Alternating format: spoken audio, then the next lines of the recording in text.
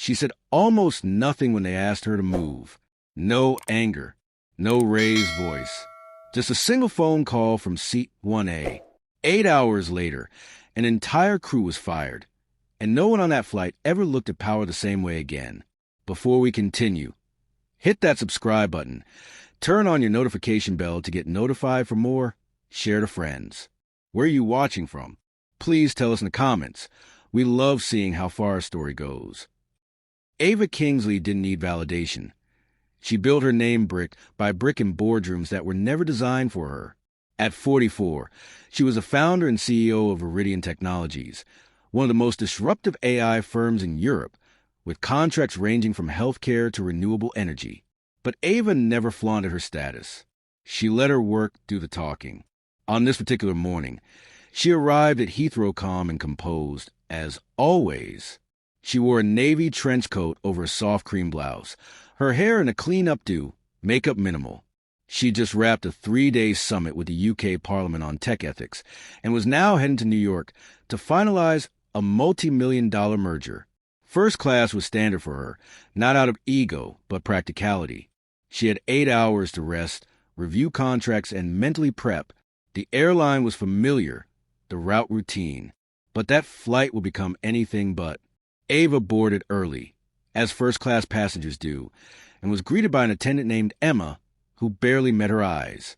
Ava took her seat, 1A, by the window, unfolded her tablet, and started reading. Then came him. Late 60s sharp suit, expensive luggage, and a face that never heard the word no. He stopped at her row, checked his ticket, then stared at her as if she'd stolen something. "You're in my seat," he said flatly. Ava looked up, calm. 1A, she asked. "Yes," he snapped. She flipped her boarding pass toward him with a polite smile. "I believe you're mistaken." Before he could say more, Emma appeared. "Mr. Hartford, I'll take care of this," she said with an apologetic tone. Directed not at Ava, but at him. Turning to Ava, she smiled tightly. "Miss, would you be willing to move to business class to make room for Mr. Hartford? He's one of our elite-tier passengers." Ava blinked. "I paid for the seat." "I understand, but it would be a kind gesture. You'll be compensated." Ava closed her tablet. "No." Emma's lips pressed together. She whispered something into her earpiece, and soon another attendant appeared. Then a third. Quiet glances were exchanged. The atmosphere shifted. "We're asking you to cooperate, ma'am," the second attendant said. "Is this a safety issue?" "No." "Then I'm staying." They left again.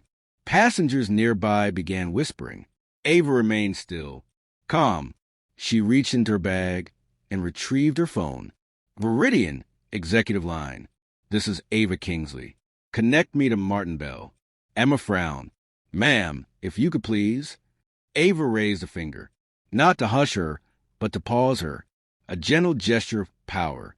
Seconds later, her call connected. On speaker. "Martin Bell," came the voice. "Martin, it's Ava. I'm on your airline's flight to JFK. They're trying to remove me from my seat for a white male passenger. Says he's elite tier. Apparently, my money's not elite enough." Silence on the line. Then which crew? Emma and 2 others. Captain hasn't intervened. Martin's voice hardened. "Give me 5 minutes. Stay seated." Emma's face paled. Minutes passed. Then the captain arrived, tense, overly polite. "Miss Kingsley, I want to personally apologize. There's been a mistake." "There hasn't," Ava said, tone like velvet over steel. "There's been a decision. Now I'm making one of my own." Passengers watched as Emma and her colleagues were summoned off the flight. No explanation given. Just removed. A new team replaced them, visibly more professional, visibly more rattled. The flight finally departed, late, quiet, and filled with whispers. By the time Ava landed, her phone buzzed again. Martin Bell had moved quickly. He wasn't just a connection.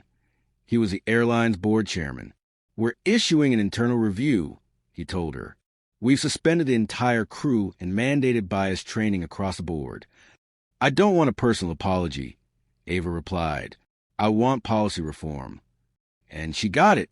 Within 72 hours, the airline released a formal statement.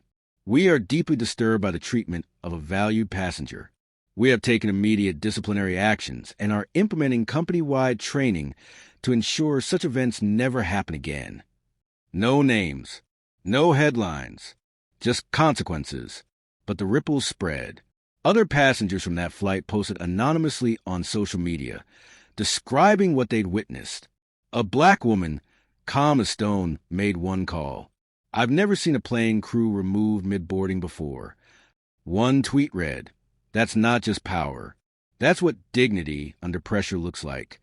It sparked a conversation online, not just about racism, but about how it hides in smiles and polite language, and who gets believed and who gets dismissed. Ava never responded publicly. She didn't need to. Her story moved quietly, like she always did, but its echo lasted. I hope you enjoyed the story. If you were Ava, what would you have done? If you haven't subscribed till now, please do. Your support means a lot. See you on our next story.